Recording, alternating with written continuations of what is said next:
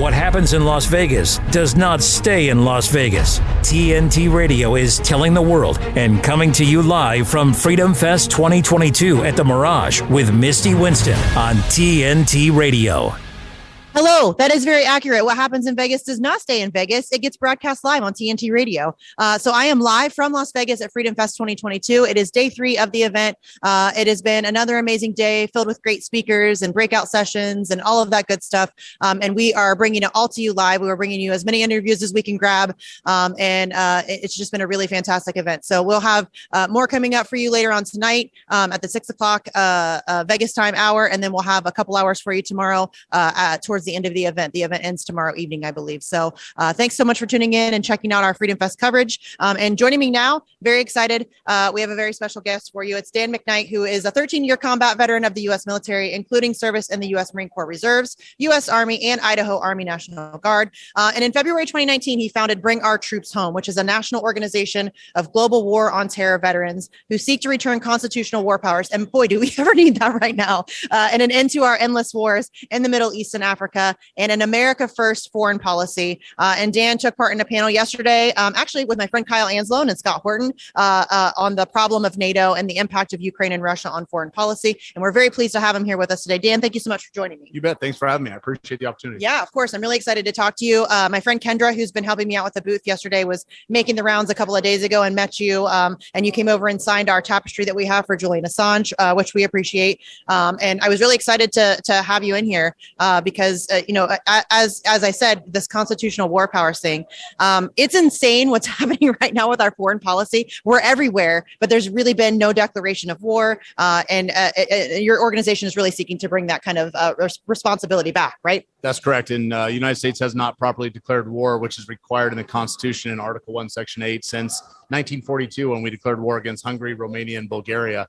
And since that time, Congress has literally castrated themselves and made themselves ineffective in foreign policy and matters of war by allowing the president, whether Republican or Democrat, to take us from a state of peace into a state of war without proper oversight, without proper planning, without strategy, or even a defined mission. And we're trying to reclaim that authority for Congress, and we're doing it through a couple different measures. Yes. And it's, it is really kind of frustrating and depressing that we've allowed it to get to that point where they are able to enter into these military conflicts without a declaration of war. And you're right, Congress has really neutered themselves, and they've kind of just handed that power away. And it's, what do you think it's going to take to get that back? Because I've seen multiple different efforts. I know that the Libertarian Institute, Scott Horton, has had a kind of a run on that, especially in particular recently with the Yemen situation. And it feels as if there's really no accountability left. There really isn't accountability. And we've gotten into this process of an authorization of use of military force instead of a declaration of war. And we're working with Scott in Libertarian Institute and Libertarian Party and some very conservative, liberty-minded Republicans in Congress to try and repeal those AUMFs, which go back to Desert Storm 1, Afghanistan, and Desert Storm 2. And if we could repeal those, we could return ourselves back to a starting point of zero and commit that we'll never send American troops off to war again unless Congress does their job first. But it takes more pressure on DC than we can do as individuals and as a group. And that's why we're fighting in the states, and we're having the state legislatures fight this fight with us to try and restrain their authority under the 10th Amendment and keep the military, specifically the National Guard, from deploying to war unless Congress has first put their name on the line with a declaration. Yeah, and I think that's a really sound strategy is to go through the states on this first, because as you said, it is. It's difficult to put the amount of pressure that's needed on government as a whole, as an individual, or as these small groups. But if we focus more locally, I think that we're able to make more of an impact. At least we can kind of bounce around from state to state and try to run campaigns to get some people on board with these efforts. And I think that's I think it's really important that people, because I think it's really easy to feel kind of defeated and hopeless because there has been this prolonged period of time with no accountability. But I think if we just take a step back and start small, I think that's a really important thing that we can do to avoid that feeling of helplessness. Absolutely. We did just the opposite. We started big.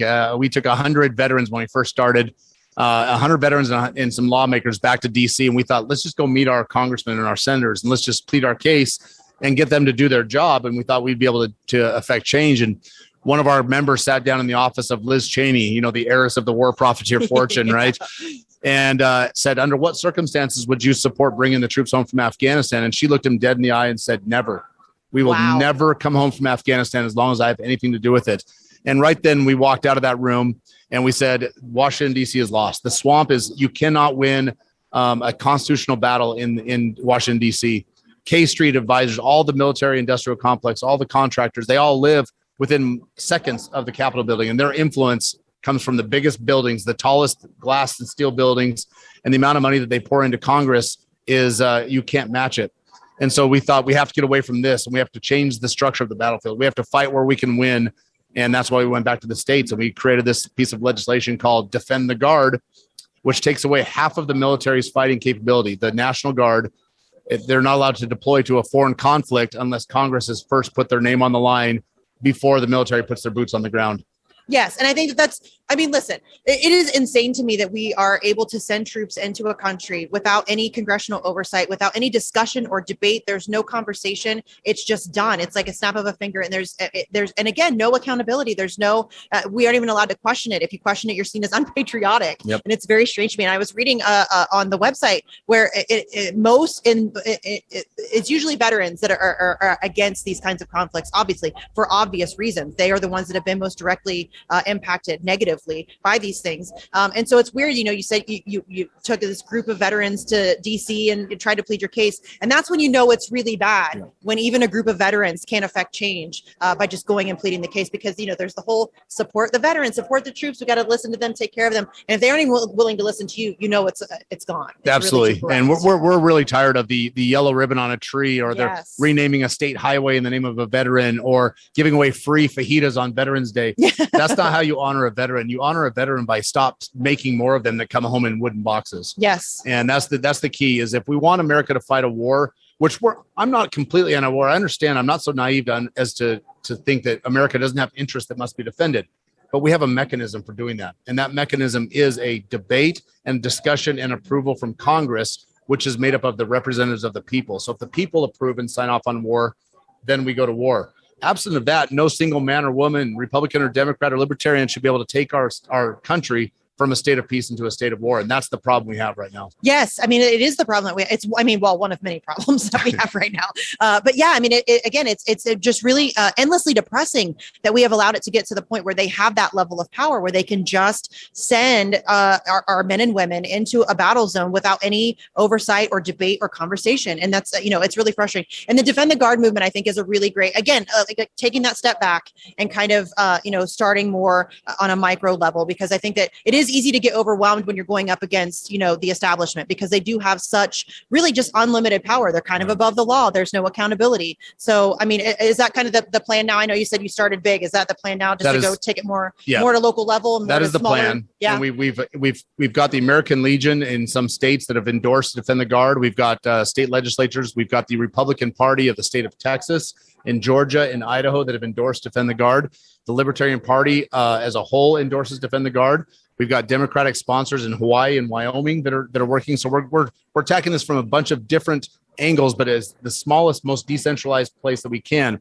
And to that point, we've decided now that we have to take our expertise on the road, and we're going to communities around the country, and we are training activists specifically in Defend the Guard, but it works for all liberty movements, on good tactics, on how to win a campaign, on how to operate inside politics and outside of politics, and how to shape messaging, how to recruit activists. And we're taking this school on the road. It's called our Political Leadership Institute, and it's just getting ready to launch in Kentucky in 2 weeks. And we're really excited about that. But we want a laser focus. No more shotgun blast. Yeah. It's now a laser focus. Yeah. And I love that you're training activists. I'm an activist myself. And I feel like a lot of people don't understand that activism isn't just like, grabbing a poster board and standing on a street, on a sidewalk somewhere. There does need to be a tactical approach to it. There does need to be, some kind of planning and organization. And there are skills involved in doing that thing. So I love the fact that you have, have the idea to really get people engaged and educated on how they can be most effective. Because otherwise you're just kind of, flapping in the wind. You know what I mean? Just and if you want to really affect change, you need to be strategic when you're out there. Absolutely. And we've just our first feather in our cap. We just removed our first state legislator in Idaho that opposed Defend the Guard, and part because of redistricting, part because of our efforts, he's gone.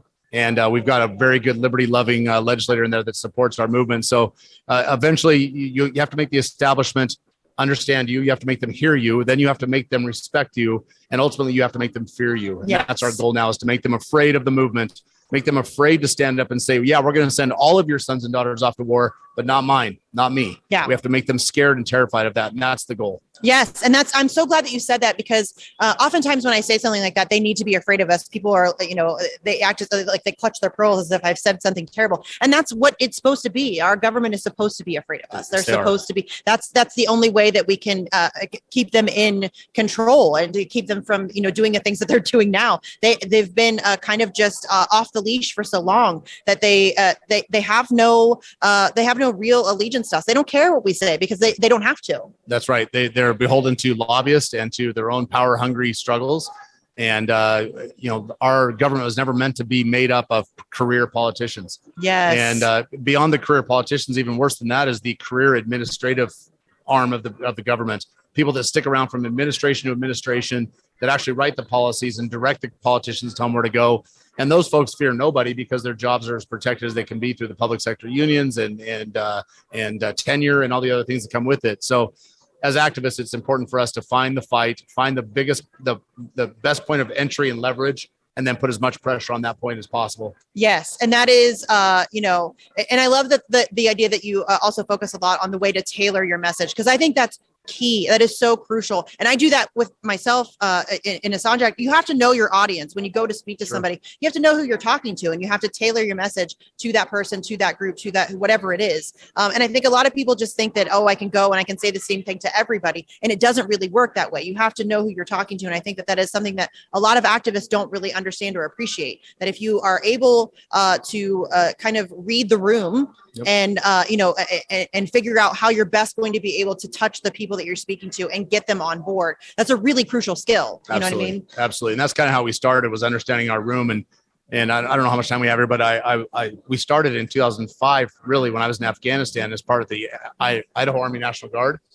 And we were attached to an active duty military division, the 10th Mountain Division and the 82nd Airborne.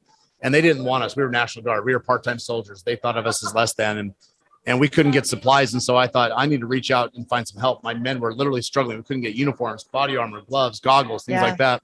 And so I picked up a satellite phone and I climbed to the top of a mountain in the Pesh River Valley. And I called my governor back home in Idaho. And I said, Governor Risch, this is Sergeant McKnight.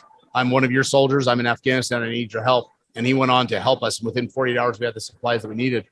And then he went on to become Senator Risch, who is now the chairman of the Senate Committee on Foreign Relations, or was until the Democrats took over the House.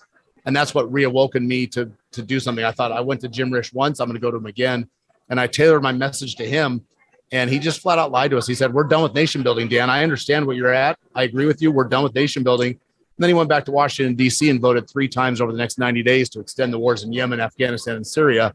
And that's when we decided it's time to do more. And we're going to put pressure on the weakest point, and we're going to apply pressure until we breach the door. Yeah. And putting the pressure on the weakest point, I think, is a really, you have to go, where you can and where you can make the most impact. And I feel like, that's so frustrating to me because, and that's so typical really of a politician, it's great that he helped you the first time, but it's so the opportunism, the careerism, the self-protectionism, it's more about pleasing their donors, maintaining their own power and control, keeping their positions. And they've kind of lost the idea that they're supposed to be serving the people. Right. And that same Senator Risch just 2 weeks ago was in a committee meeting and said that what's going on in Ukraine must go on, and I quote, for a very, very long time. Must go on for a very long time. He couldn't give an explanation why, but he didn't want it to revert back to a Syria type situation. So he'd rather keep American military interests, American dollars, treasure, blood in these foreign countries for the sake of consistency. Yeah. And it's just wrong. It is wrong. And that's, we've heard so many people say that. I have Kyle Anselin on my show on a regular basis. He's a great foreign policy journalist. And we've been talking about this for a long time because it's been openly discussed. They're not even hiding it anymore. We have to make this thing drag out. It's going to continue for a long time. We have blah, blah, blah. And that is mind blowing to me that they can openly say that so casually and people aren't up in arms about that. I really thought that the American public was done with war. I really thought that, this is going to be something that now after 20 years of Afghanistan and that whole failed policy, policy, that surely if we enter into something like this again, there's going to be a huge amount of public outcry. And I think it just really speaks to the power of propaganda. It sure we does. Don't see that. Absolutely. And the George W. Bush mentality, you're either with us or you're against us, is so ingrained in the American psyche now that even video games that are tailored to 2 and 3 and 4-year-olds have American military going into countries and blowing up people with brown skin over and over and over and over again. Yeah. And it's just part of our culture. It is. And it's been normalized and glamorized on some level. Yep. I mean, you see like movies like Top Gun just came out. That's used as a propaganda mechanism. And that is, it is really frustrating. We do have to take a quick break. Everybody hang tight. We're going to be right back with more live from Freedom Fest here on TNT Radio. TNT Radio's Trish Wood. Urban student.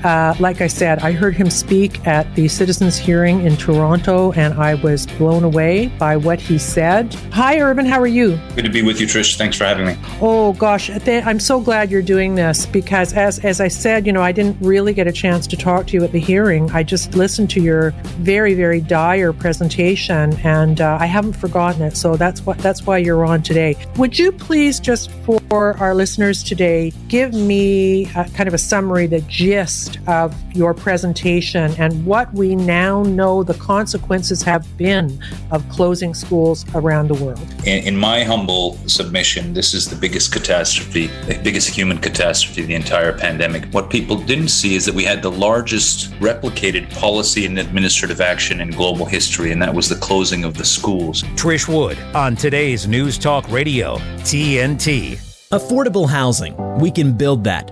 Sustainable housing, we can build that. At MIT Modular, we understand the importance of housing for all and the importance of design, cost, and functionality. Our goal is to meet the needs of our growing population by converting shipping containers to livable units. If you're like-minded and in a position to invest in something meaningful and life-changing, we want to hear from you. We are a team of professional architects, engineers, and financial and tax experts dedicated to offering unique solutions that provide a brighter future. Our Opportunity Zone Fund offers investors both real estate and operating business diversification, 5-year tax deferral on capital gains, annual tax benefits, and ultimately tax-free appreciation potential. There are opportunity zones all over America. If you're interested in learning more about our services, need affordable housing, or want to participate in creating a new vision for tomorrow, give us a call in the U.S. on 385-985-5702 or read more at mitmodular.com. MIT Modular. We can build that.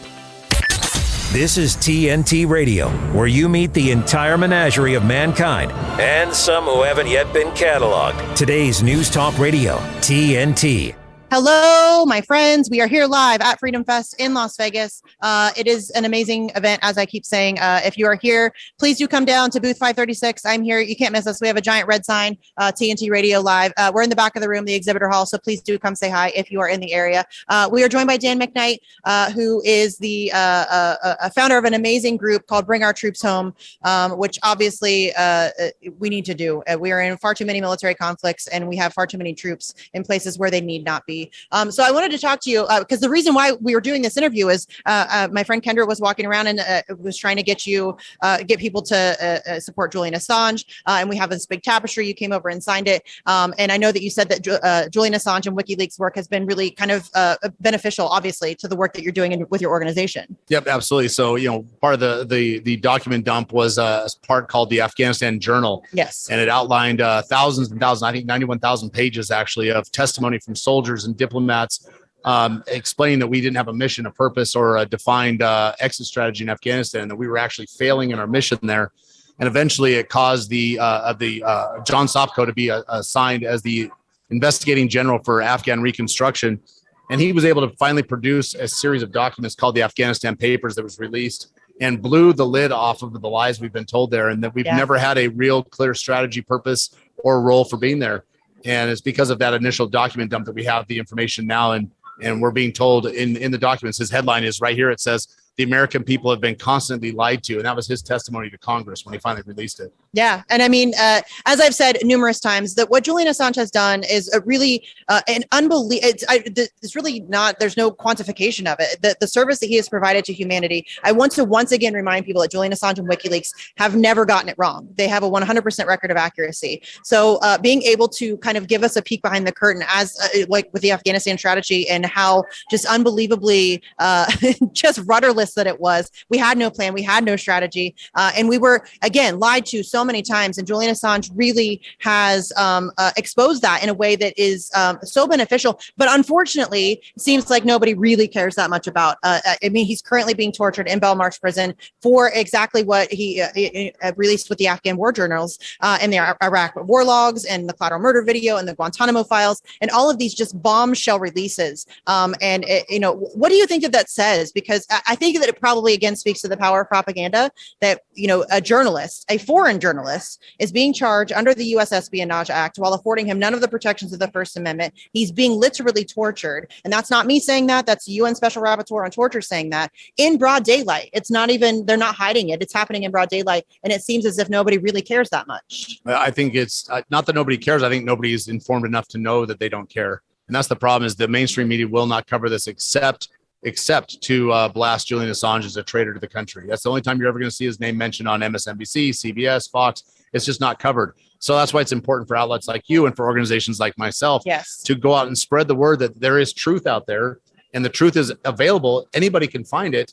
It just has to be read and it has to be paid attention to. And I think if the American people would finally open their eyes to the lies that we've been fed, they would do something to stop what's happening to Julian Assange in Brussels. Is Brussels ever know where he's at? No, he's in London in Belmarsh. That's right. But yes, and I think that you're right, and that is absolutely correct. I think the majority of people in the United States don't know what's happening to him because there is a mainstream media blackout, and the people that do know what's happening to him have been grossly misinformed. Correct. I mean, we talk about the lies that we're told. There's been a decade-plus long smear campaign against Julian Assange that has unfortunately been incredibly effective. A lot of people that I talk to don't like him, but they don't really know why. Right. You know what I mean? They can't articulate why they don't like him. It's they've heard some things, and Rachel Maddow said, and all of that stuff. And so, and it's kind of fascinating to me too, because people try to pretend as if he's some partisan actor, especially in 2020. Oh, he helped Russia get Trump elected. But what people don't realize is he's exposed all of them. Correct. And a lot of people don't realize that. I mean, the Iraq and Afghanistan, obviously that's George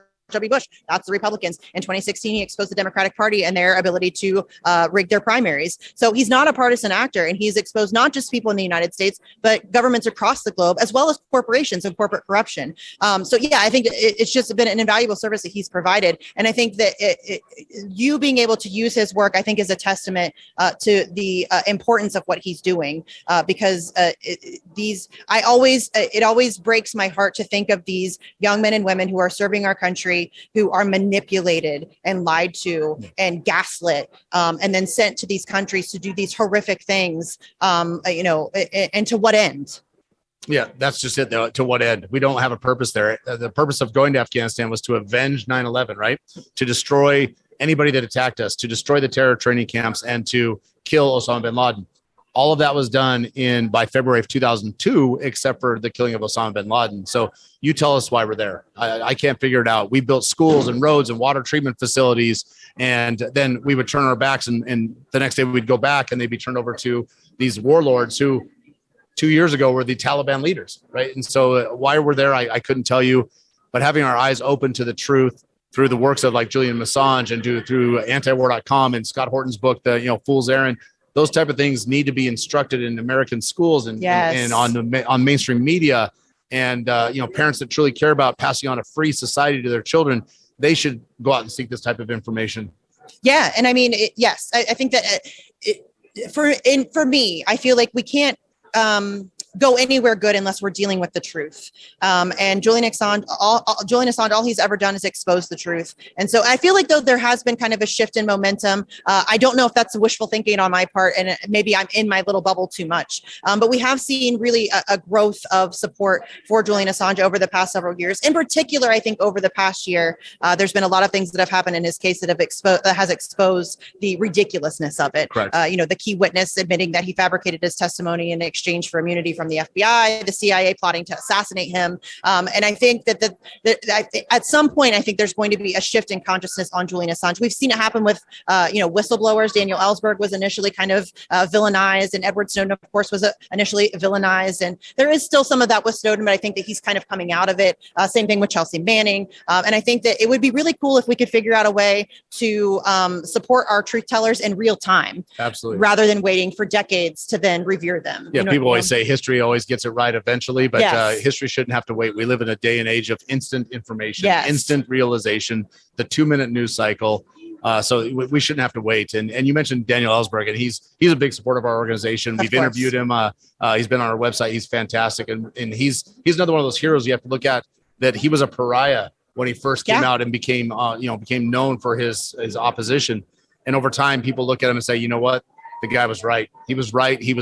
I don't want to call him a prophet, but he was prophetic in his intelligence and his words. So I agree. We shouldn't have to wait for a long time for that to happen. Yes, it's really unfortunate. And I think that Julian Assange is probably one of the greatest minds that we've ever seen and really revolutionized journalism. Again, 100% record of accuracy. Name me another outlet with that kind of record. It doesn't exist. Again, it would be really great if we could figure out a way as a society to recognize our truth tellers in real time and support them in real time, because they are always demonized. Because listen, powerful people don't like their secrets exposed. So of course, they're going to go after those people. And that includes smear campaigns, which will, kind of solely our opinions of those people. We need to learn to look past that and support those people in real time. So thank you. Seriously, thank you so much for taking the time to come over here and talk to me. Thank you for your work with your organization.